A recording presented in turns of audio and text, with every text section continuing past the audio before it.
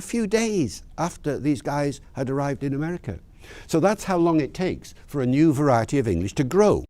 Hanya sedikit waktu yang dibutuhkan untuk variasi bahasa Inggris yang baru bisa berkembang. And as you look around the modern English world, and you see English developing in places like, well, you know, everywhere now, everywhere. All countries in the world have English either as a first language or a second language or a privileged foreign language. Dan Anda dapat melihat dunia, bahasa Inggris menjadi modern dan berkembang di mana-mana sekarang. Semua negara di dunia menggunakan bahasa Inggris, baik sebagai bahasa pertama, ataupun bahasa kedua, atau sebagai bahasa asing. And it doesn't take long for these countries to take the English that, wherever it's come from, Britain perhaps, or from America, or from Australia, and then start to adapt it to make it their own.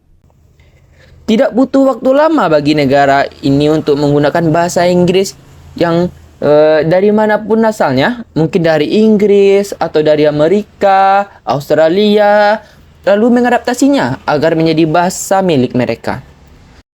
And how do you see this adaptation taking place? Chiefly in the vocabulary. So it doesn't take long. If you take a dictionary like the Dictionary of South African English, for instance, there are 10,000 words in that dictionary that are only used in South Africa, you see, or perhaps just around South Africa like Zimbabwe and so on. So if you read South African English, every now and then you come across a word and you've no idea what it means, because you don't know the cultural background. Dan bagaimana Anda melihat penyesuaian ini terjadi terutama pada kosakata? Itu tidak memakan waktu yang lama.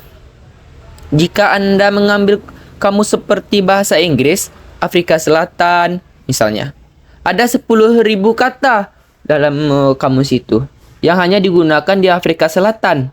Yang Anda lihat atau mungkin di sekitar Afrika Selatan itu seperti Zimbabwe dan sekitarnya. Jadi, jika Anda sekali-sekali membaca bahasa Inggris Afrika Selatan, Anda menemukan sebuah kata dan Anda tidak tahu apa artinya karena Anda tidak tahu latar belakang budayanya. I told a story in the lecture of my first visit to South Africa. Driving along the road, British Council driver there, and I see a sign ahead and it says, "Robot ahead." And I go, "What?" And I turn to the driver. I say, "Robot ahead?" And he turns to me and says in a lovely South African accent, "Of course it's a robot." And I say, "What's a robot?" He said, "You don't know what a robot is?" I say, "No, I don't know what a robot is. Have they landed or something?" No. A robot is, anybody know? A robot is a traffic light. In South African English. That's all. And so when you're in South Africa, you will hear people saying sentences like, "Turn left at the robot," or "The robot is broken," or "You'll find the shop 3 robots ahead." Saya akan menceritakan sebuah cerita di kuliah kunjungan pertama saya di Afrika Selatan. Mengemudi di sepanjang jalan di sana, saya melihat tanda di depan yang tertulis robot di depan. Dan saya berpaling. Apa? Saya menoleh ke pengemudi. Saya bilang, "Robot di depan?" Dan dia menoleh ke arah saya dan berkata dengan aksen Afrikanya Selatan yang baik, "Tentu saja itu robot." Dan saya bilang, "Robot apa itu?" Dia bilang, "Kamu tidak tahu robot itu apa?" Saya bilang, "Tidak, saya tidak tahu robot apa itu. Apakah mereka mendarat atau seperti apa?" Tidak. Siapapun tahu robot. Robot adalah lampu lalu lintas. Ternyata di dalam bahasa Inggris Afrika Selatan itulah artinya.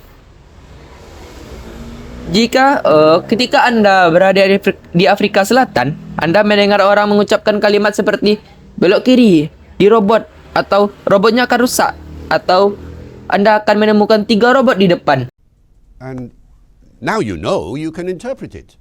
But the first time you hear it, you go, "What?" Like that. Seperti Anda tahu dan menafsirkannya, tetapi pertama kali Anda mendengarnya, Anda pasti terkejut dan berkata, "Apa? Seperti itu. Now, think 10,000 words like that in South African English. Not all from British English, of course. Robot comes from British English, well, Czech originally, of course. But there are words from Afrikaans and words from Zulu, words from Xhosa, and all the other languages of South Africa. Sekarang, pikirkan 10.000 kata seperti itu dalam bahasa Inggris Afrika Selatan. Tidak semuanya berasal dari Inggris British. Tentu saja robot berasal dari bahasa Inggris. Bahasa Inggris Ceko tentu saja dari bahasa Inggris. Tetapi kata-kata dari Afrika Selatan dan kata-kata dari Zulu, kata-kata dari kosakata dan semua bahasa lain di Afrika Selatan.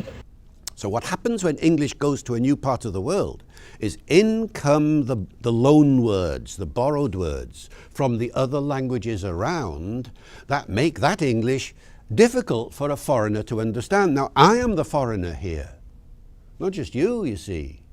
There's no difference between me and you in this respect. If you go to South Africa, you don't understand some of the language, you think, oh, I'm a foreigner, I'm not a native speaker of English. Don't think like that.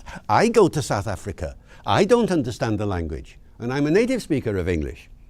You see, there's no difference between me and you when it comes to going to different parts of the world and encountering these new varieties of English. Jadi, apa yang terjadi ketika bahasa Inggris pergi ke bagian dunia baru adalah serapan kata-kata pinjaman, kata-kata pinjaman dari bahasa lain di sekitarnya, yang membuat bahasa Inggris itu sulit dipahami oleh orang asing.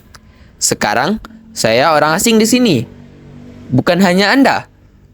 Anda lihat, tidak ada perbedaan kata saya dengan Anda. Dalam hal ini, jika Anda pergi ke Afrika Selatan, Anda tidak mengerti beberapa bahasa yang dipikirkan, oh, aku orang asing. Aku bukan penutur asli bahasa Inggris. Jangan berpikir seperti itu. Saya pergi ke Afrika Selatan, saya tidak mengerti bahasanya, dan saya penutur asli bahasa Inggris. Anda lihat, tidak ada perbedaan saya dan Anda ketika pergi ke berbagai belahan dunia dan menemukan ragam bahasa Inggris baru.